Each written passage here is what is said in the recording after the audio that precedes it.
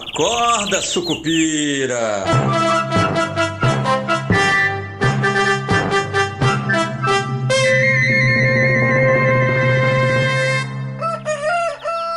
Bom dia, pessoal, sejam todos bem-vindos, sejam todas bem-vindas. Eu sou Rodrigo Oliveira e esse é o nosso Acorda Sucupira do dia 3 de dezembro de 2024, terça-feira. E olha só, como a gente vinha falando, o Flávio Dino liberou as emendas e agora o Congresso Nacional está pronto para avançar sobre o pacote de corte de gastos. Nada muda em Sucupira, como diriam os portugueses, tudo como dantes no quartel de Abrantes. Esse era, sim, o maior entrave para a votação das medidas do corte de gastos. Esse corte de gastos que ninguém acha que vai muito longe, aquela coisa toda, mas mesmo assim os congressistas já tinham sinalizado que existia uma chance de isso tudo ficar para o ano que vem, caso, né, essas emendas não fossem liberadas. Lembrando que elas estão paradas aí desde agosto, se não me falha a memória, em função de decisão aí do ministro Flávio Dino. Flávio Dino, inclusive, criou na decisão dele lá limites para quanto que as emendas podem subir, etc. e tal. Eu não entendo muito dessa parte jurídica, mas me parece estranho que o STF seja quem defina esse tipo de coisa, né? Eu acho que me parece um erro, mas como eu acho que muita coisa está errada, talvez o problema seja eu mesmo, né? Mas é basicamente isso. Flávio Dino, então, decidiu ontem, isso está em votação virtual, mas já tem maioria, então as emendas estão liberadas, as emendas desse ano já estão liberadas para pagamento, colocou aí algumas restrições ao crescimento do volume de emendas e também algumas medidas aí para dar transparência para as emendas parlamentares e aquilo tudo. Deve ter uma chiadeira ainda, mas o importante para os congressistas neste momento é você receber as emendas para poder empenhá-las ainda antes do ano acabar, né? Senão é dinheiro que sobra, né? E aí já vou aproveitar aqui para responder uma pergunta do Tiago Bonato. O Tiago deixou no podcast de ontem. Ele já tinha me perguntado sobre fundos. Eu acho que eu cheguei a responder isso mais amplamente assim, mas o assunto voltou, né? Porque dentro das medidas que foram encaminhadas para o Congresso na sexta-feira existe uma das medidas que libera a utilização de fundos constitucionais, né? Para pagamento de dívidas, segundo o governo, mas lá está dizendo que eles são de livre, tem uma expressão específica, mas eles podem ser usados em qualquer coisa, que é o que chamou a atenção aí do pessoal mais atento. Afinal de contas, esse dinheiro dos fundos são fundos específicos, né, e são utilizados como é que se diz, para despesas e investimentos específicos em determinado setor.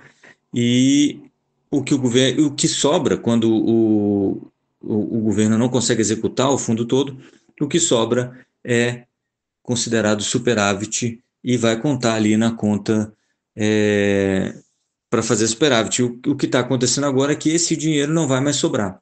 Se sobrar, o governo pode pagar dívida. Segundo ele, essa é a intenção. Mas no texto não está dizendo que vai pagar dívida, só está dizendo que fica de livre execução, você pode usar no que você quiser. E ali são 8 fundos que estão previstos lá. O maior deles, Tiago, é o fundo da Marinha Mercante, que tem 13,3 bilhões, todos eles juntos dá 39,3 bilhões, se não me falha a memória. E o fundo de direitos difusos, que você falou que é um fundo grande, etc. e tal, tem 2,1 bilhões. Por que esse dinheiro não é exatamente o dinheiro que está no fundo? É o dinheiro que não conseguiu se aplicar, né? Que não se conseguiu aplicar. Então, é o superávit que o fundo teve. O fundo recebeu um tanto de dinheiro, o fundo da Marinha Mercante, por exemplo, recebeu um tanto de dinheiro, e desse tanto de dinheiro, 13,3 bilhões de reais não foram destinados a absolutamente nada e ficou lá parado. Então, de certa forma, por eficiência de gasto, etc. e tal, é muito interessante que o governo libere esse dinheiro para alguma coisa. Afinal de contas, com dinheiro parado lá para nada, né? É um dinheiro guardado para estar guardado. E aí, assim como funciona no orçamento doméstico de todo mundo, guardar dinheiro só por guardar dinheiro normalmente não funciona. Você tem que ter um objetivo para esse dinheiro guardado. Então, eu vou guardar para comprar um carro, vou guardar para comprar um apartamento, uma casa, vou guardar para uma viagem, tudo isso faz sentido. Não, eu vou guardar porque eu vou guardar.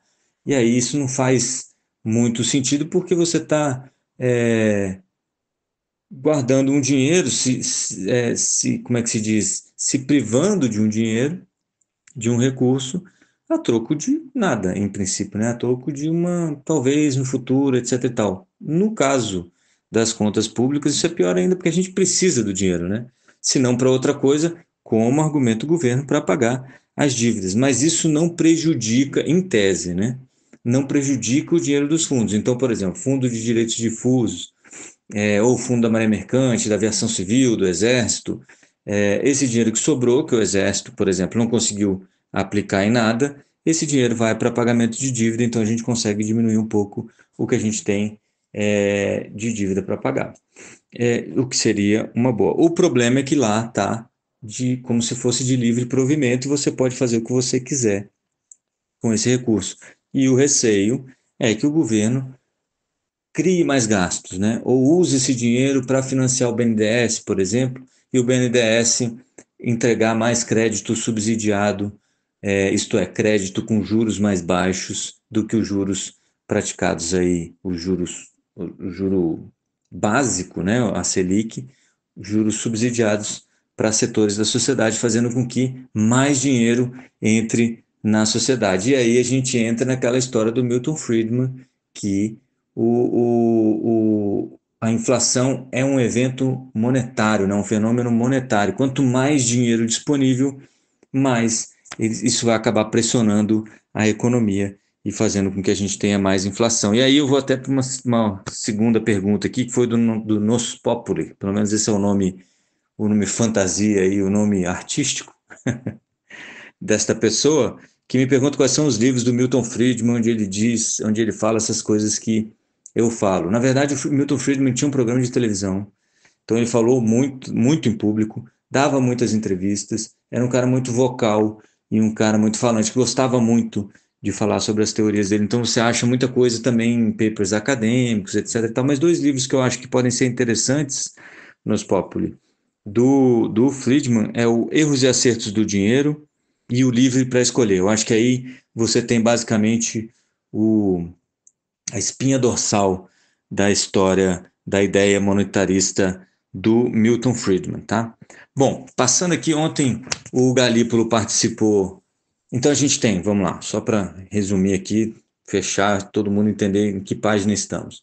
A gente tem uma boa as chances de aprovação do pacote de corte de gastos cresceram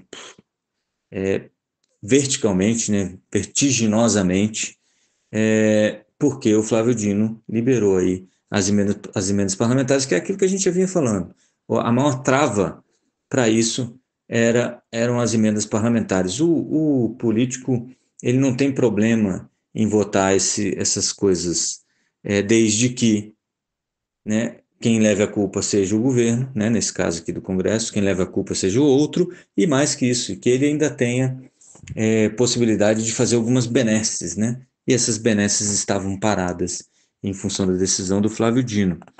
Muito bem, só trocando aqui rapidinho de assunto, o Galípolo ontem esteve num evento da XP e repetiu o mantra de que meta de inflação é para ser perseguida, não é para ser discutida, que ele confia no Fernando Haddad, e que dada a situação que a gente tem atual, e aí ele fala, olha, a gente tem praticamente pleno emprego, né? Menor taxa de desemprego da história. A gente tem aquecimento econômico, o PIB subindo bastante. A gente tem um hiato do produto positivo, né? A gente tem um mercado apertado. Isso quer dizer que a capacidade, o potencial de produção brasileiro já está além do limite, o que pressiona a inflação. A gente tem um câmbio muito alto, e acima de 6, inclusive ontem o câmbio fechou 6,07. Dado todo esse cenário, aí ele fala, não quero antecipar guidance, aquela coisa toda, mas dado esse cenário, é razoável você imaginar que a gente vai ter juros mais altos por mais tempo. Isso acabou, por incrível que pareça, dando uma acalmada no mercado, que estava subindo mais os juros e o dólar principalmente, porque isso mostra que o Galípolo ainda está do lado correto da força, né? Ele ainda está, aparentemente, imbuído dessa história de que o Banco Central vai ser restritivo para conter a inflação. Mas lembrando que quanto mais o fiscal, que é essa parte do governo de irrigar a economia, joga dinheiro na economia, mais a política monetária perde potência, então ela precisa de juros mais altos. Por quê? Porque quando você aumenta os juros, você desincentiva, né, o aumento do consumo via crédito, né, via empréstimo. Então, as pessoas, como é que se diz, postergam aquela compra de um apartamento porque o crédito imobiliário ficou mais caro, postergam a compra de uma geladeira porque o crédito ficou mais caro, né, aquele financiamento ficou mais caro, a parcela está mais alta. Então, você faz com que esse consumo caia um pouquinho, então você tira um pouco da pressão do consumo com o juro mais alto nesse sentido, e do outro lado você ainda faz com que algumas pessoas que estejam em dúvida e têm algum excedente de recurso, em vez de elas usarem esse dinheiro para consumo, elas acabam aplicando, que é o que eu falo para vocês fazerem lá no Tesouro Direto. Você pega e empresta um dinheirinho para o governo fazer as coisas dele lá. Ou vai colocar no CDB, ou sei lá onde. Mas, de qualquer maneira, você não consome o dinheiro e acaba segurando. Isso faz com que a pressão sobre a produção diminua um pouco, e aí você tenta controlar a inflação assim. Só que, se de um lado eu estou dando um monte de dinheiro, e desse lado eu estou tentando com os juros tirar o dinheiro, quanto mais dinheiro eu dou no outro lado, mais juros eu preciso aqui. E, além disso, o dólar, que torna todas as importações ainda mais caras, eleva o preço das commodities, isso também pressiona a inflação. Então, dado esse movimento, você já tem aí uma corrente grande de economistas, né, indicando que uma alta de 1 ponto percentual na Selic na semana que vem pelo Comitê de Política Monetária não seria uma grande surpresa. Já se abandonou a ideia de que seria de 0,5 e agora se discute só se vai ser 0,75 de alta, né? Então, a Selic sairia de 11,25 para 12 ou 11,25 para 12,25, mas já tem banco prevendo aí 3 altas de 0,75. Então, a gente sairia de 11,25 para 12, 12 para 12,75 e de 12,75 para 13,5 no mínimo, embora a curva de DI, né, futuro esteja precificando aí uma Selic terminal próxima de 15%.